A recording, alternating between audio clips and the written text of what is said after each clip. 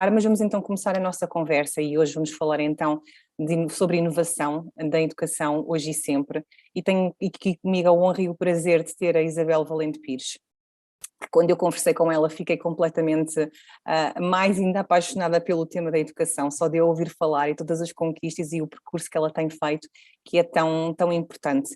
E de facto a educação de uma forma geral tem sido bastante resistente à mudança, no entanto a sua evolução, como nós estávamos a falar ainda no início, Isabel, é tão essencial como crítica para qualquer sociedade, pois de facto é um dos pilares que está intrinsecamente envolvido no desenvolvimento individual, social e mesmo económico, apesar de ser com impacto mais a médio longo prazo. E existem várias tendências para o futuro da educação, várias linhas incontornáveis, sejam elas com base na tecnologia, a blended learning, a personalização da aprendizagem, ou mesmo uma aprendizagem mais holística, que felizmente em muitos casos já chegou, noutros ainda teimam um bocadinho a chegar, mas também esperemos que lá cheguemos. E esse futuro precisa obviamente de uma visão, de uma orientação determinada, para funcionar necessita também de uma envolvência de todos os stakeholders da comunidade educativa, mas incluindo o papel tão importante que é dos professores, e esse papel é de facto crítico e importante. E esse futuro já chegou há algum tempo e felizmente continua a acontecer no Colégio São José em Coimbra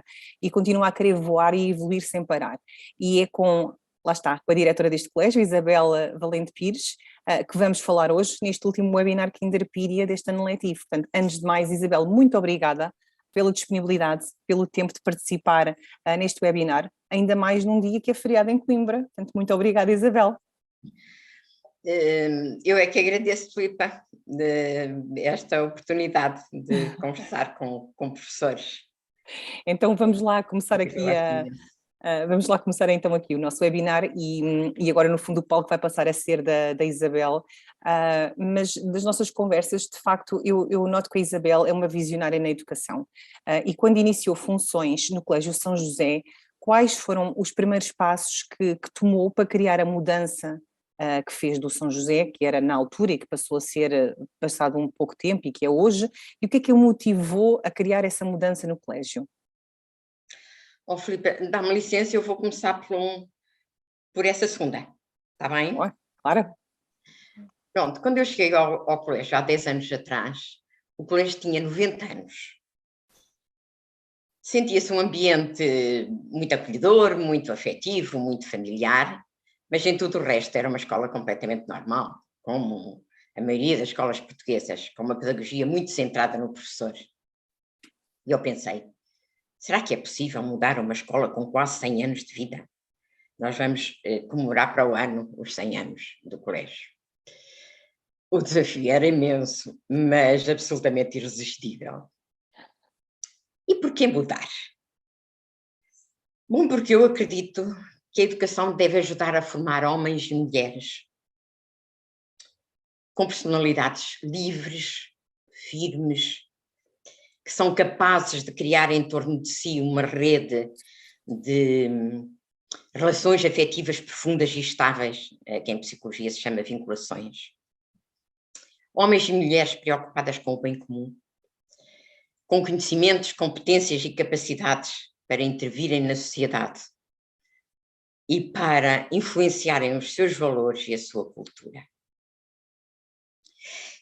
E penso que a escola atual não é muito propícia a formar este tipo de personalidades. A escola mais comum em Portugal gira em torno de uma prática pedagógica muito centrada no professor, na qual este entra na sala de aula já com tudo pensado na sua cabeça. Conteúdos, objetivos a atingir, e começa por explicar a matéria e depois tira dúvidas e pede aos alunos para fazerem alguns exercícios ou responderem algumas perguntas. E porque sabe que muito poucos aprendem só por ouvir, ele espera que depois os alunos vão estudar o manual, aquela matéria que ele explicou. Isto é um sistema perverso, porque ao explicar a matéria, o professor mata a curiosidade. Quem é que vai ler um livro Se já sabe o seu conteúdo, se já lhe contaram a história, ou se até já viu um filme.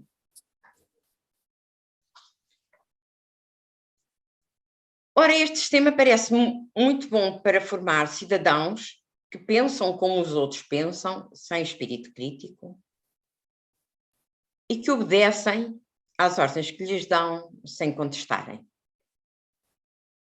Mas não parece muito bom para formar pessoas com capacidade de iniciativa, que pensam pelas próprias cabeças, que querem influenciar a sociedade, que querem construir um mundo diferente e melhor. Por isso é preciso mudar. Eu direi mesmo que é urgente mudar. É preciso criar uma escola diferente que permita aos educandos satisfazerem a sua curiosidade, perceberem o mundo à sua volta, criarem, explorarem, dando asas à sua vontade de saber mais, de ter ideias próprias, de saber defendê-las, que se sintam capazes de realizar coisas interessantes, desafiadoras, com competência, com capacidade de iniciativa, com criatividade, com audácia. Para fazer isto é preciso contar com toda uma equipa. E com o entusiasmo dessa equipa, eu diria mesmo com a paixão pela educação. Envolvendo os principais interessados, que são os alunos, antes de tudo. Mas também toda a comunidade educativa, toda a escola. Eu sou muito António Nova, que diz que a escola é o elemento essencial na educação. Ora, passando agora à outra parte da sua questão. Quais foram os primeiros passos para a mudança? Eu devo dizer que os primeiros foram muito pouco interessantes. No primeiro ano que eu lá estive, no fundo o que eu fiz foi socializar-me. Foi ouvir, conversar, observar, estabelecer uma relação com as pessoas com quem começava a trabalhar e que eu não conhecia. E depois, muito tranquilamente, começar a deixar cair algumas ideias sobre formas diferentes de ensinar. Fazer pequenos ateliês sobre algumas metodologias, como o trabalho autónomo, o trabalho de projeto, ou a utilização educativa de portfólios. Bom, e pouco a pouco, pequenas mudanças foram acontecendo. Comecei por convidar uma professora para trabalhar comigo na matemática do quinto ano. Quinto ano, porque é assim um segundo ano de arranque. Planificámos em conjunto, ela disse que sim, desde que eu a ajudasse. Planificámos em conjunto. Eu ia muitas vezes à sala de aula dela. E uns 2, 3 meses depois, fui ter com ela uma mãe que era professora de matemática na Universidade de Coimbra. E que lhe perguntou: vocês estão a utilizar um sistema diferente de ensinar matemática, não estão? Ela ficou um bocadinho atrapalhada e respondeu: bem, mas isto é tudo trabalhado com a diretora. Planificamos em conjunto e ela vem muitas vezes à sala de aula. A mãe sorriu e disse: não, eu acho ótimo. Põe as cabeças a pensarem. Depois, no segundo ano, aconteceu uma coisa interessante. Na verdade, isto aconteceu no primeiro ano, mas depois só teve consequências no segundo. Foi que nas reuniões de avaliação do final do primeiro trimestre, no sétimo ano, as notas de geografia tinham uma série de negativas. E eu achava que o professor era muito competente. E perguntei no final do conselho de turma, muito naturalmente: porquê estas negativas? Porquê estas notas? Ele disse: não, Isabel, não se preocupe. É porque esta matéria é muito complicada. Esta matéria do primeiro período é muito complicada. Os miúdos nesta idade têm alguma dificuldade em a perceber. Mas no próximo período eles vão subir as notas todas. E eu disse, pois é, mas vão ficar sem saber esta matéria. O que é que achava de montarmos um projeto? E ele disse que sim. Pronto, e então no ano seguinte, que foi o tal segundo ano, nós virámos a matéria de pernas para o ar, desafiámos a professora de Ciências da Natureza, que trata o mesmo tema sob uma outra perspectiva, no ano seguinte, no 8º ano. Ela juntou-se a nós e montámos um projeto em que propunhamos aos alunos serem exploradores. Claro, que era uma exploração mais virtual que outra coisa, mas pronto. Eles iam ter que descobrir a Amazónia, descobrir a Antártida, o Saara, etc, etc. Biomas diferentes. E só depois disso é que eles iam chegar à tal parte difícil da matéria. Mas depois de estarem muito seguros com coisas bem concretas, não é? Porque é muito fácil pesquisar sobre a Amazónia. É muito fácil pesquisar sobre o Saara. Ou sobre a estepe. Não é tão fácil tirar as leis que regem os climas. Essa era a tal parte difícil. Mas o que é facto é que a coisa correu muito bem. Houve uma colega que realizou um vídeo a mostrar o que eram exploradores nos diversos âmbitos, não é? E a propor-lhes serem eles também exploradores. E assim foi. E pudemos vê-los a pesquisar, tirar conclusões, a apresentar as suas conclusões e, no fim de tudo isto, em debate, a elaborarem conceitos e a deduzirem leis, as tais leis terríveis, muito abstratas, que eles não entendiam. E o que é facto é que uns tempos depois o professor me disse: ó Isabel, olha que resultou mesmo, a tal matéria ficou muito bem percebida e eles não esqueceram mais. Pronto, foi assim que começámos. Portanto, basicamente foi através da experimentação, envolveram os alunos e tudo isto depois acabou por ajudá-los a fazer pensar e a perceber a matéria. Eu acho que foi uma excelente abordagem. E há aqui um conjunto de outras abordagens que a Isabel tem vindo a implementar. Há uma em particular que tem a ver com o vosso nome de modelo pedagógico, que eu adoro. Vocês têm um nome lindo, chama-se Voar. E a minha pergunta é se vocês dão mesmo asas aos vossos alunos, porque é isto que isto ilumina o coração quando nós vemos este nome de modelo pedagógico. E então, se vocês dão asas aos vossos alunos, a minha pergunta é possível então pegar no currículo português e conseguirmos dar alguma volta para o tornar mais leve, mais flexível, mais fácil de aprender? A Isabel já começou a mostrar um bocadinho que sim, já agora falarmos um bocadinho então do voar e como consegue fazer isso, Isabel. Olha, é exatamente isso que nós pretendemos, não é? Dar asas. No fundo, deixar voar os alunos é dar-lhes a oportunidade de descobrir o mundo à sua volta, de descobrir o mundo do conhecimento, de experimentar, de pesquisar uns com os outros, com muito pouca intervenção do professor. Claro que o professor está lá, o professor guia, orienta, o professor indica caminhos, mas não faz o trabalho deles. O principal guia é a curiosidade. É a curiosidade dos alunos. Toda a criança chega à escola a querer aprender. Eu lembro sempre de uma mãe me contar que no primeiro dia de aulas do primeiro ano, da sua pequenina mais velha, ela estava um pouquinho ansiosa e à tarde perguntou à miúda: então, Carolina, como é que correu? E a miúda, com um grande sorriso, disse: correu muito bem. E depois fez uma cara assim um pouco: mas sabes, ainda não sei ler. Tinha corrido bem, tinha sido divertido, mas no fundo ela ia para a escola, era para aprender a ler, não é? Eu não sabia ler, estava um bocadinho decepcionada. Ora, é preciso que a escola não mate essa curiosidade, que é o que acontece muitas vezes.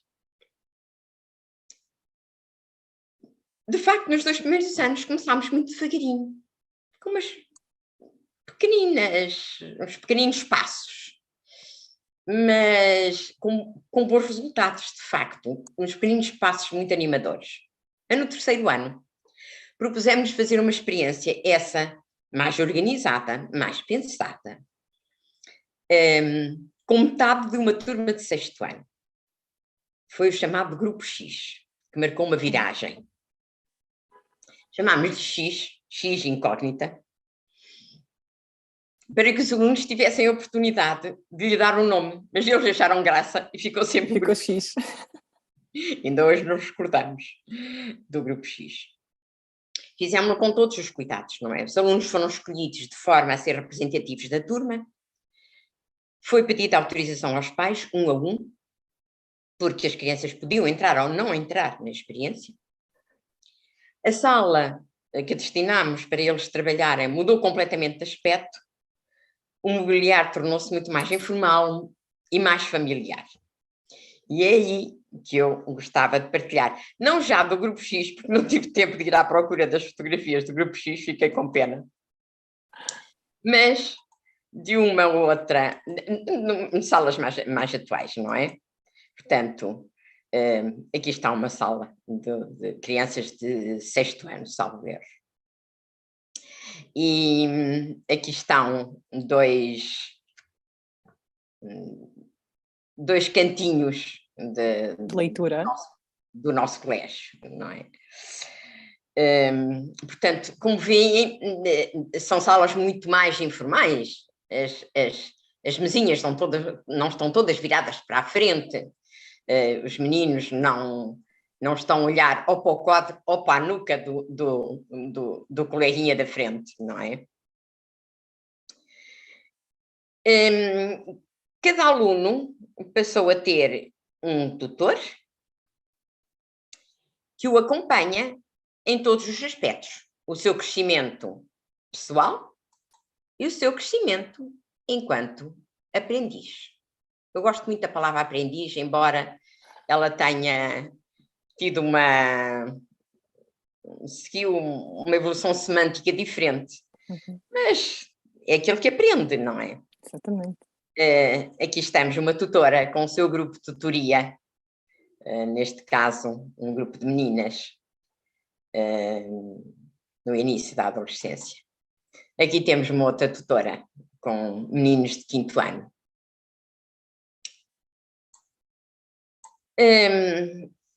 E vou interromper a partilha daqui um bocadinho, voltamos lá.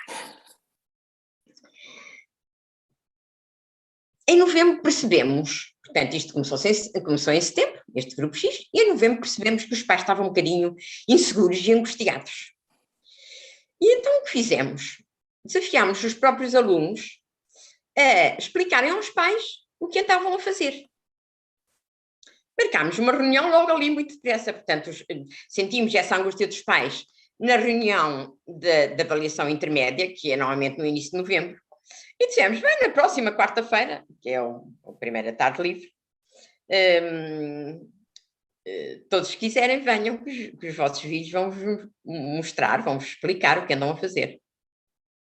Bem, eles fizeram com tanto entusiasmo, demonstrando que estavam a aprender imensas coisas, que os pais ficaram muito tranquilos. No fim do ano foram eles que convenceram os outros pais, portanto, foram os pais do Grupo X, que convenceram os outros pais também a mudar. E foi muito interessante, porque, tirando o último ano, que nessa altura era o 9º ano, porque nessa altura ainda não tínhamos secundário, pronto, e não fizemos nenhuma proposta para o 9º ano, mas em todos os outros anos de escolaridade, todos os pais ficaram convencidos da bondade da proposta, exceto 3. E então eu reuni-os no meu gabinete e disse, estamos aqui perante um impasse, porque é assim, eu não posso fazer uma turma só com 3 crianças. Portanto, aqui só há uma alternativa.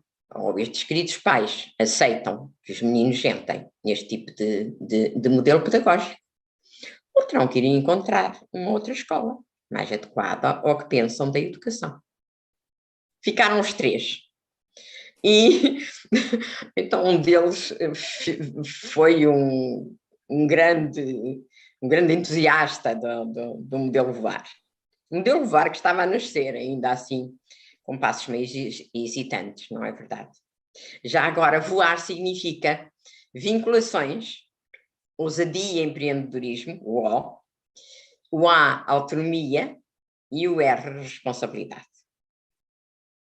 São valores muito importantes, sem dúvida nenhuma.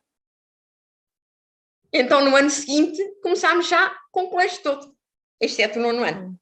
Ok. Começámos decididamente a mudar as metodologias dentro da sala de aula e fora da sala de aula. Introduzimos trabalho autónomo, portanto, em que as crianças planificam o seu trabalho numa agenda pessoal, do colégio lhes dá no início do ano, e realizam o plano que traçam para 15 dias e no fim avaliam-no. E depois avaliam-no por escrito e numa folha especial da sua agenda. A agenda tem grupos de 3 folhas, em que na primeira eles retiram o que os professores, as indicações que os professores dão para aqueles 15 dias na plataforma do colégio, na Google Classroom. Depois fazem o plano propriamente dito e finalmente refletem sobre como é que correu o seu trabalho naqueles 15 dias. E depois têm que refletir com o seu professor. Hoje já não conseguimos fazer reflexões todos os 15 dias, fazemos todos os meses. A reflexão com o tutor. Para ser mais profunda, mais personalizada, mais tranquila. Portanto, trabalho autónomo. Trabalho de projeto. Assembleias de escola. O trabalho de projeto inclui muitas vezes saídas para o terreno. E vou novamente mostrar umas imagens.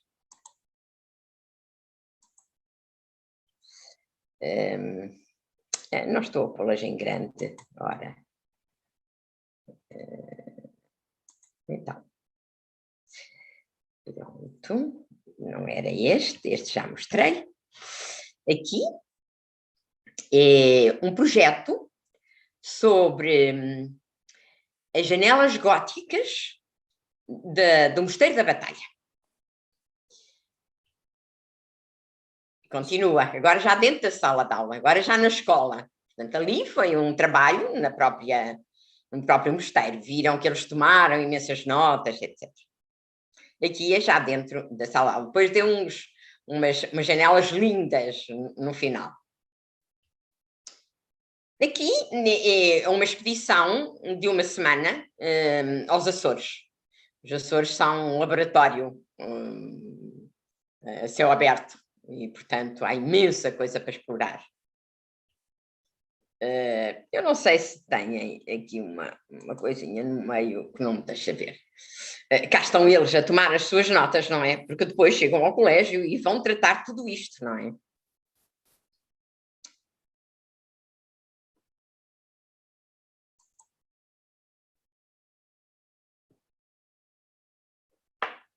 Também os conselhos de turma, conselhos ou assembleias de turma, onde eles regulam a vida da turma, ou do seu ciclo de escolaridade, ou do colégio.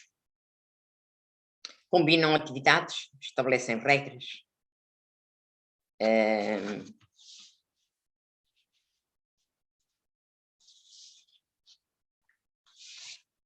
E é uma mudança que não é fácil de realizar. Tudo isto não foi fácil de realizar. Primeiro, é preciso que todos os membros da equipa docente, da equipa dos professores, acreditem que o aluno é capaz de construir o seu próprio conhecimento. Isso não é muito fácil. Depois requer uma visão clara do que se pretende fazer, de como o fazer, envolvendo toda a equipa num debate constante, franco e fundamentado. Pois temos que ser todos muito persistentes e muito pacientes uns com os outros. Apoiar-nos mutuamente. Numa atitude de constante reflexão e autorregulação, que ainda hoje dura, porque a primeira quarta-feira de cada mês é dedicada em Assembleia Geral de Professores a perceber o que está a correr bem, o que não está a correr bem e reorientar o projeto educativo que é traçado com base neste modelo pedagógico.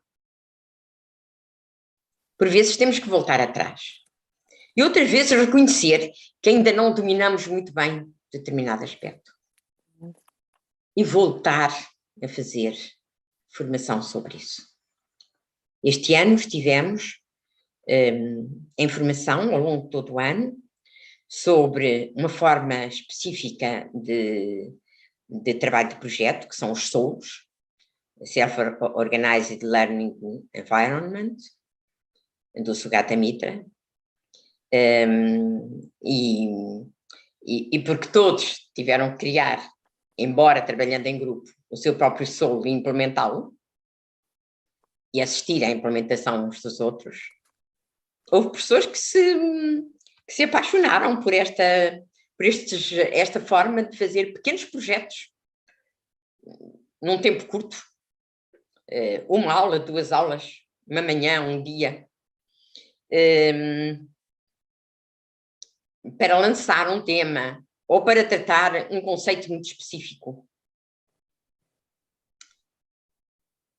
No meio disto tudo é preciso não perder o rumo, o que é muito fácil de acontecer. Muitas vezes eu estou a ler um papel com uma planificação de uma coisa que vamos fazer e olho para determinada frase e digo assim, bem, vamos lá ver isto com alguma atenção. Parece-me que isto vai num outro sentido. Não vai a caminhar para onde nós queremos que vá. E depois nem tudo disto é pacífico.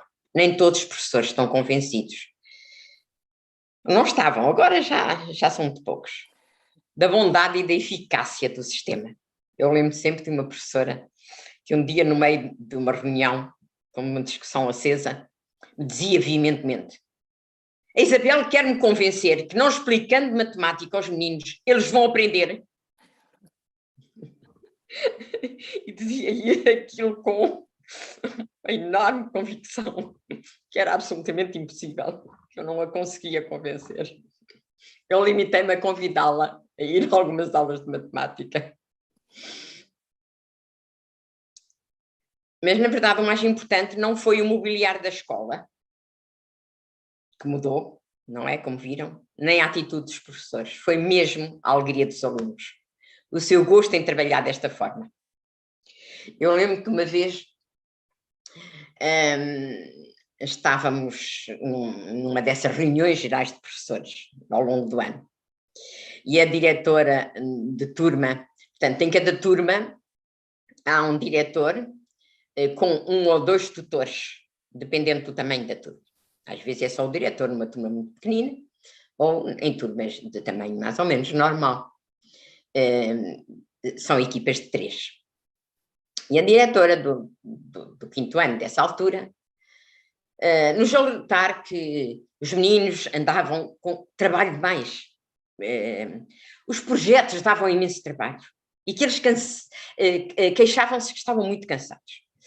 Eu disse, bem, há que ter bom senso. Então, vamos parar um bocadinho com os projetos. E ela respondeu logo muito depressa, nem pensar. Porque os meninos já só gostam de trabalhar em projeto. Sabe o que acontece? Olha, estamos numa aula de trabalho autónomo, portanto, as tutoras, ou os tutores, depende do grupo de de professores. Há muito mais mulheres do que homens, infelizmente. E vem um ou dois professores propor um projeto das suas disciplinas, no âmbito das suas disciplinas. E eles ouvem com muita atenção, e depois as pessoas vão-se embora e ficamos nós, os tutores. E a primeira coisa que as crianças dizem: então, e agora, o que é para fazer? A criança é essencialmente um fazedor de coisas. Ela não lhe interessa o conhecimento pelo conhecimento. Não interessa fazer coisas. É preciso explicar isso. Olha, antes de começares a fazer, é preciso ires procurar um bocadinho para teres conhecimentos suficientes para fazer. E, portanto, decidiu-se que íamos ter algum cuidado em não ter vários projetos ao mesmo tempo, mas a não largar os projetos, não é? Há sempre pelo menos um projeto em cada turma. Isso é importante, sem dúvida. O resto vai-se mantendo em trabalho autónomo. Bom, e temos tido muito bons resultados, graças a Deus. Quando os nossos meninos saem do nosso colégio e nós conseguimos saber as notas deles, é uma grande gratificação. Isso é muito bom, isso é muito bom. Isabel, e falando sobre notas ou falando sobre avaliação, vocês também fazem a avaliação de uma forma diferente, certo? Não é na base das notas sumativas, por assim dizer. Então como é que vocês fazem? Pode partilhar um bocadinho como é que as coisas são feitas no Colégio São José? Sim, claro. Quando eu lá cheguei, era a forma de avaliação típica, não é? Portanto, 2 testes por período, normalmente um a meio do período, outro no final do período, o que faz com que os testes muitas vezes caiam todos na mesma altura, não é? E depois faz-se a média, pondera-se um bocadinho a atitude do aluno, se é participativo, se é empenhado, se é bem comportado, e pronto, está a nota dada. Para nós não é assim, de facto. Nós diversificamos imenso as formas de avaliar e os instrumentos de avaliação. O trabalho de projeto pode-nos dar várias classificações. O processo, como é que correu? Planificaram bem? Foram pesquisar bem as fontes que interessavam? Trabalharam bem em equipa? Tudo isso merece uma avaliação. O produto também é muito importante. E eu coleciono produtos lindíssimos, devo dizer. As apresentações que eles fazem, normalmente, no final do nível 2, nós trabalhamos trabalho de projeto por níveis. Isso vem de um outro projeto de investigação em que eu estive envolvida anteriormente, ensinar a investigar. Depois, o próprio TA. O TA também nos dá indicações para a classificação. A classificação formativa, portanto, a avaliação formativa, não é? Não é propriamente a classificação. A reflexão do aluno, a reflexão com o tutor, dá-nos indicações. Portfólios. Portfólio é uma forma de avaliar riquíssima, extremamente diversificada e muito positiva e muito pedagógica. Porque um aluno escolhe um determinado item, um texto, uma ficha que ele considera especialmente significativa, um teste, etc., para colocar no portfólio, não é? Mas pode melhorar esse produto, segundo as indicações do seu professor. E pode ou substituir no portfólio, ou acrescentar, mantendo o primeiro e colocando o segundo, que é muito interessante, porque nos permite ver a evolução, nos permite ver até que ponto o aluno investiu, se empenhou para fazer melhor, como é que ele evoluiu. E por isso é muito pedagógica, não é? Na medida em que estimula os alunos a fazerem sempre melhor, a darem sempre o seu melhor.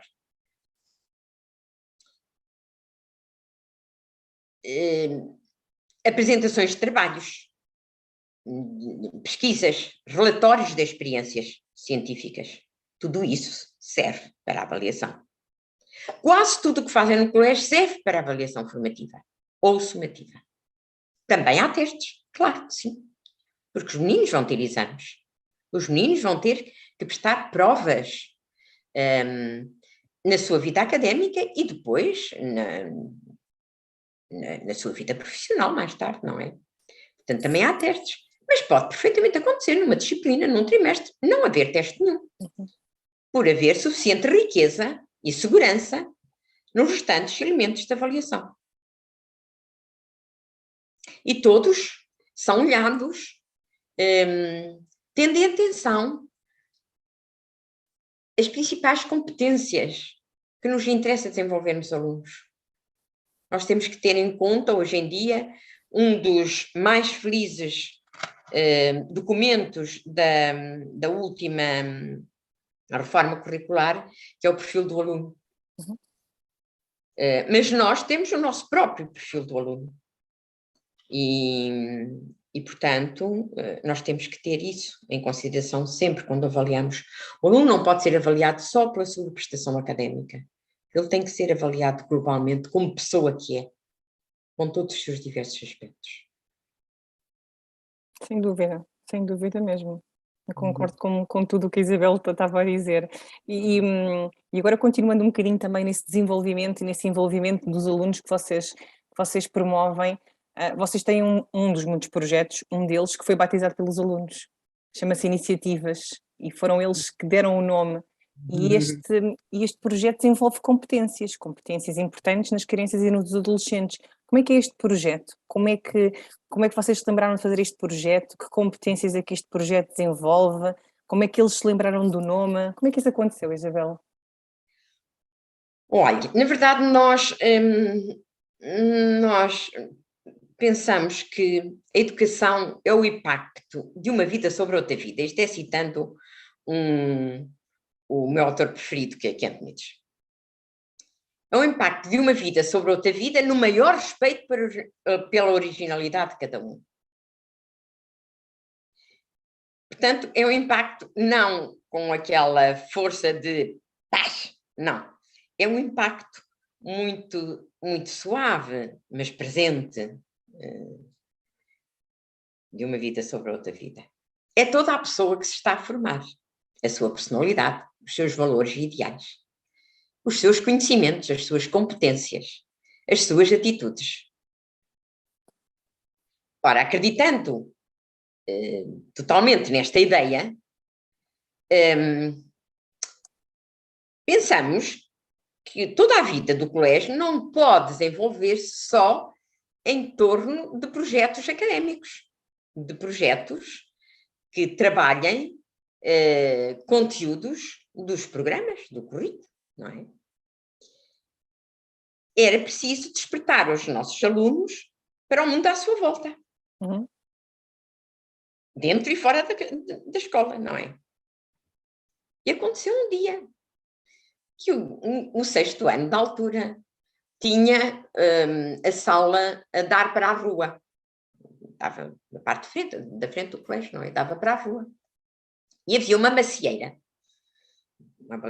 fantástica. Bravos mofos, que estavam um aroma Muito bons. Um belíssimo exemplar, que deixava cair as maçãs todas no chão e os carros vinham e esmigalhavam as maçãs. E eles pensaram assim. E partilharam isto num conselho de turma, com os seus tutores. Aquelas maçãs estão todas a cair, estão a estragar-se todas e a apodrecer. Quando lá está, tem gente que tem fome. E então, entre eles, com o estímulo do grupo de tutores, eles combinaram uma apanha de maçãs em que envolveram também alguns pais e professores.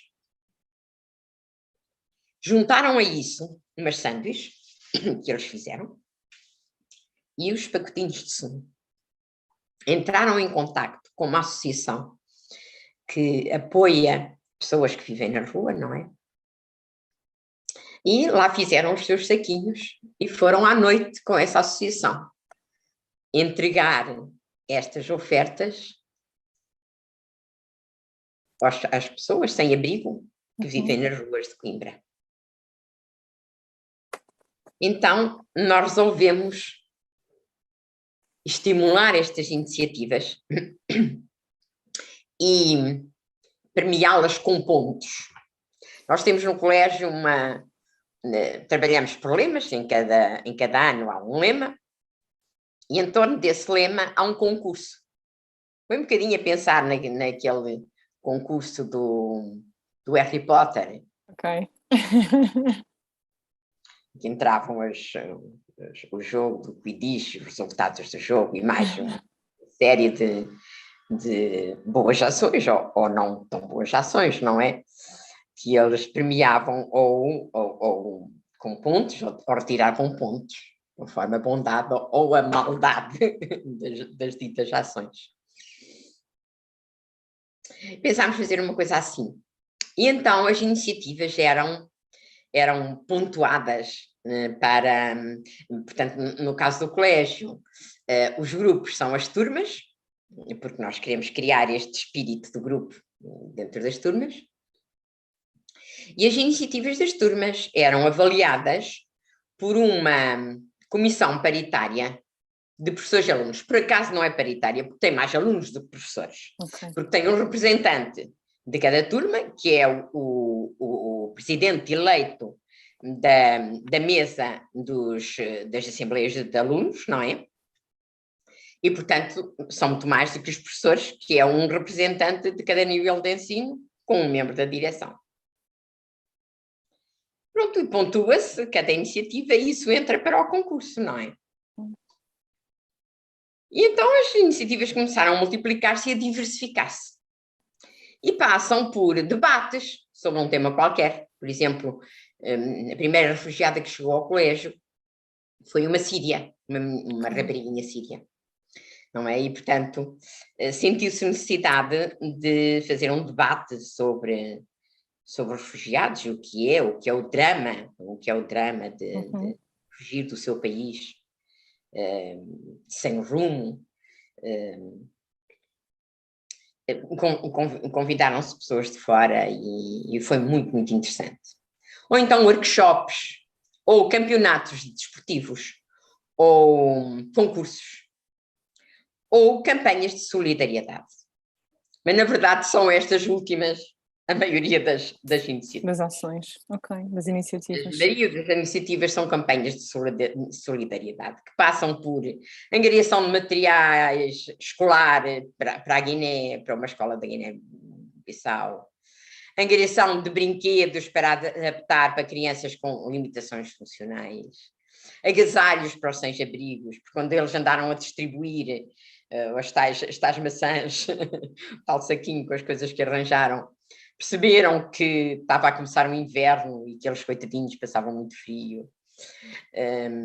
Enfim, até durante a pandemia, no primeiro confinamento, demos-nos conta que eles, sem qualquer intervenção da nossa parte, continuaram a fazer as suas iniciativas.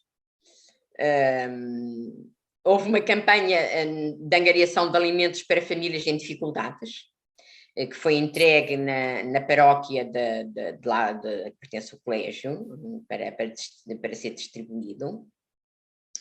Houve uns alunos do ateliê de culinária lá do colégio, que faz parte da educação tecnológica, porque nós na educação tecnológica ensinamos aos meninos coisas que sejam úteis, verdadeiramente úteis, porque eu acho que é uma disciplina que às vezes se perde um bocado em coisas com não muito interesse, não sei, capaz de estar a julgar mal. Mas ali eles aprendem culinária, jardinagem, costura, fazem roupa para meninos africanos, economia doméstica, sei lá, uma série de coisas que são realmente úteis e são eles que escolhem o ateliê em que querem estar. E os meninos do ateliê de culinária, na altura do primeiro confinamento, sabendo que os hospitais estavam sobrecarregadíssimos e que as equipas dos hospitais quase nem tinham tempo de se alimentarem, fizeram uma refeição especialmente cuidada que foram oferecer no CHUC à equipa que estava nos cuidados intensivos, nas urgências, salvo erro. E houve uma muito interessante, que foi um aluno que percebeu que no prédio em que vivia havia apartamentos onde viviam pessoas de idade sozinhas. E percebeu que elas não eram capazes de marcar consultas via internet ou de ter consultas via internet. E então ele organizou um sistema de apoio a estas pessoas. Interessante. Uhum. Pronto, é uma forma de... Também potenciar não só um conjunto de competências, mas também o lado mais social e de solidariedade nos nossos miúdos, e eu acho que foi um projeto muito interessante. Isabel, já estamos aqui um bocadinho adiantadas na hora, mas há aqui uma pergunta que para mim eu acho que é incontornável, que é a criação de pontos, que vocês fazem tão bem. Porque vocês, de facto, não olham só para o colégio, para a inovação no colégio, vocês depois tentam também levar isto a outros lados, através da colaboração, que eu acho que é uma competência tão importante e que vocês fazem tão bem. Vocês fazem formação, vocês criam pontos não só com escolas em Portugal, como com escolas lá fora, através do programa Erasmus. Partilhe só um bocadinho aqui connosco, como é que faz esta criação de pontos, como é que surge esta ideia, e o que é que vocês sentem que no fundo ganham com isto, com esta criação de pontos? Olha, ganhamos imenso, parte a parte. Realmente as coisas começaram com Erasmus. Uma das nossas parceiras era uma escola polaca. Eu lembro-me que vinha com os professores dessa escola, veio um professor jubilado da universidade, um professor de matemática jubilado, uma pessoa com muita categoria, autor de programas, etc., lá na Polónia, e que observou tudo, observou, e depois, quase no fim, ele comentava: pronto, todos nós falamos que esta é a forma politicamente correta de educar, mas eu nunca tinha visto. E ele disse uma frase que eu nunca mais esqueço: it works, funciona, afinal funciona. Então eles tomaram imensas notas, vinha o diretor também dessa escola, vinha uma série de professores, tomaram imensas notas, e depois, sempre que nos encontrávamos em alguma escola de algum país, porque era uma parceria com várias escolas de vários países, eles juntavam-se sempre, puxavam-nos sempre para o lado, juntavam-se sempre a tirar dúvidas.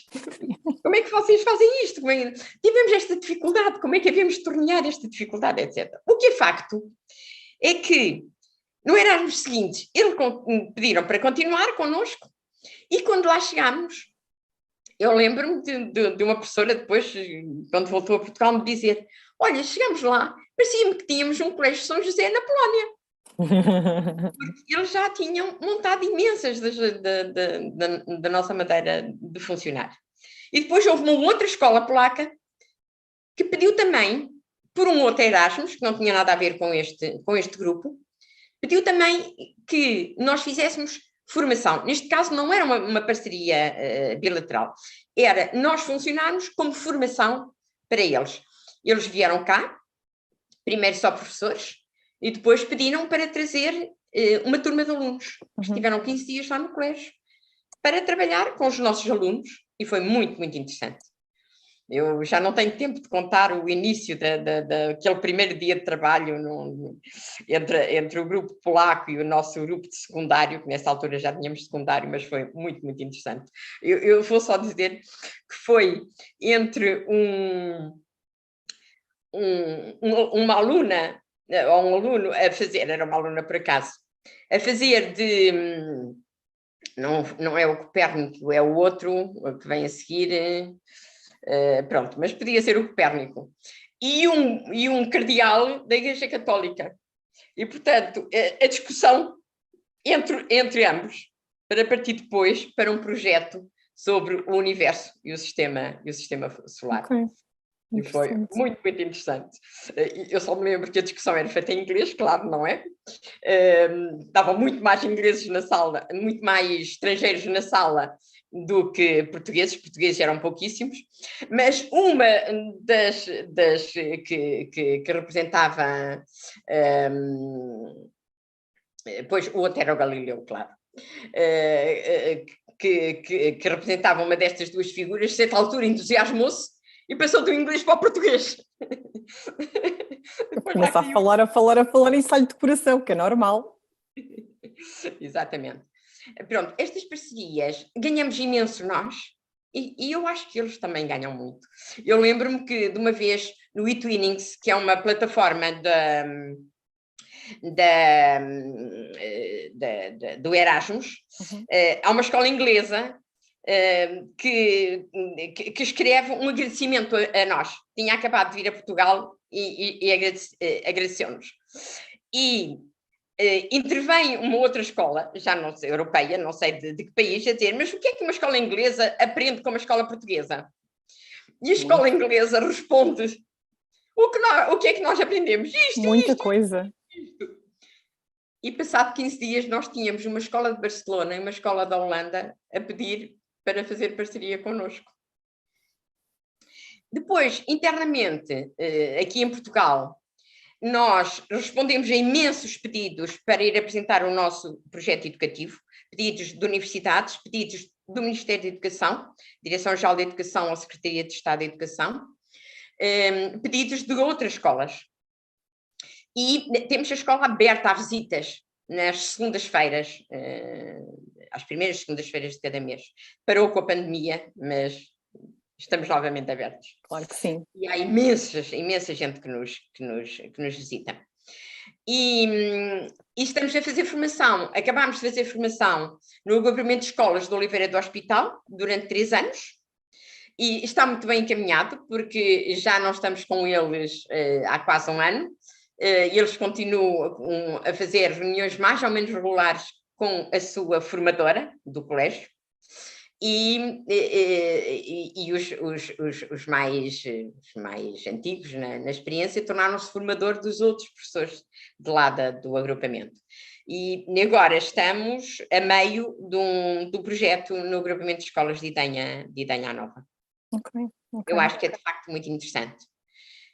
Pois, para além disso, temos a parceria da Escola Changemaker à Choca, portanto, que foi um reconhecimento da Ashoka, que é a maior organização internacional de educadores sociais, não é?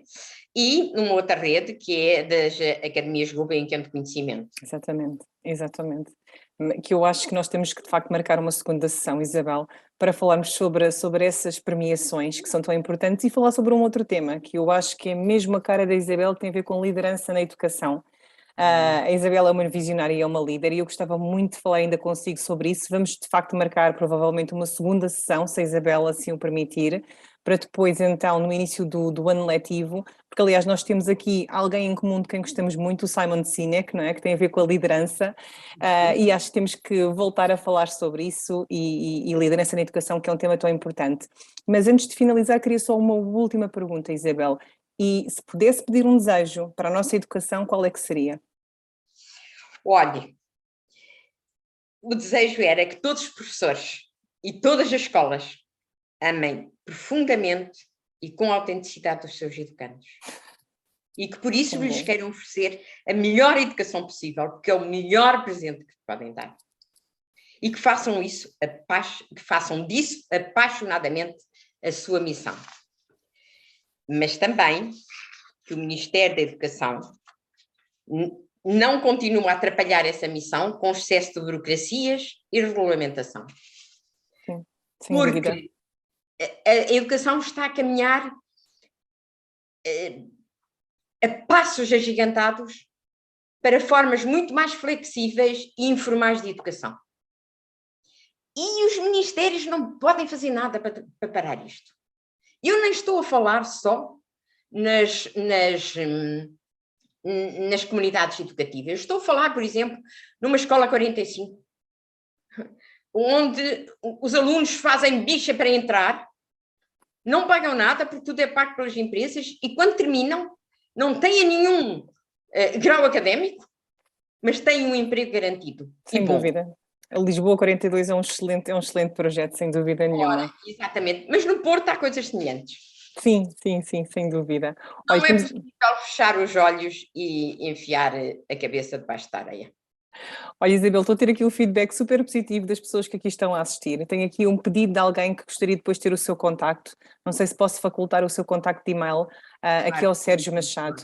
Também tenho aqui a Elisa a dizer que parece que esta hora passou, foram apenas 5 minutos. Elisa, não se preocupe, que quando nós fizermos a segunda sessão vamos com certeza convidá-la. Muito obrigada pelo seu comentário. Eu acho que se quiser o contacto da Isabel, ela poderá facultá-lo. E pronto, e tenho aqui também um comentário do António. António, muito obrigada. Ele está a dizer que está encantado com aquilo que a Isabel esteve aqui a transmitir hoje. Muito obrigada, Daniela, também pelo seu comentário. Muito obrigada a todos pela vossa presença. De facto, eu deixei este webinar avançar um bocadinho mais no tempo porque, de facto, tudo aquilo que a Isabel tinha para partilhar era tão rico e tão importante que eu acho que qualquer pessoa apaixonada pela educação estava aqui, como a Elisa dizia, isto parece que foram só 5 minutos. E ainda temos tanto para falar. De facto, eu ainda quero falar com a Isabel sobre liderança na educação e vamos voltar a falar disso então, se a Isabel assim aceitar o desafio no início do próximo ano letivo, que eu acho que é muito importante pegarmos também nesse tema e voltarmos a falar. Mas por hoje vamos então terminar. Isabel, muito obrigada pela sua disponibilidade, pela sua partilha, pelo seu tempo e obrigada a todos os que estiveram aqui hoje. Mais uma vez para relembrar que nós vamos ter este webinar presente no canal de Facebook da Kinderpedia durante esta semana e até uma próxima sessão. Mais uma vez, muito obrigada pelo vosso tempo. Isabel, até breve. Um grande beijinho da minha parte. Obrigada, Filipe. Muito obrigada a todos. Obrigada a todos. Até breve. Adeus.